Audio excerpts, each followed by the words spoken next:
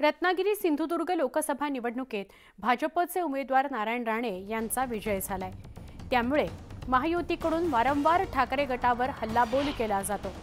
रविवारी एका मेळाव्यात देवेंद्र फडणवीसांनी ठाकरेंवर हल्लाबोल केला। लोकसभा निवडणुकीत काही लोकांनी तडीपार करू अशी गर्जना केली होती, पण त्यांना जनतेनेच कोकणातून तडीपार केलं असं म्हणत उपमुख्यमंत्री देवेंद्र फडणवीसांनी विरोधकांवर निशाणा साधला। त्यावर संजय राऊतांनी उत्तर दिलं।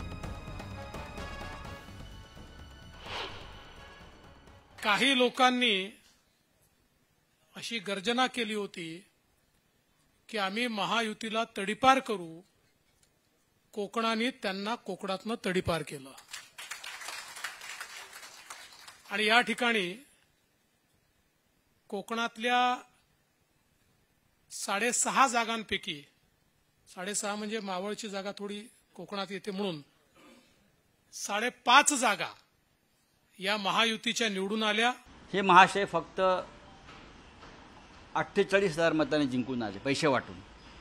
त्याचे व्हिडिओ क्लिप्स आहेत, हे कशा प्रकारे ह्यांचे लोक पैसे वाटत होते घराघरात। आपल्याकडे मुंबईला पेपरची लाईन टाकतात ना, तर दुधाची लाईन टाकतात ना, तसे पैशाची पाकिटं घरामध्ये पेपरच्या लाईनसारखे कसे टाकत होते, याचे व्हिडिओ समोर आल्यावरती या माणसानं आपलं तोंड उघडू दे, फार एक्सपोज होतील।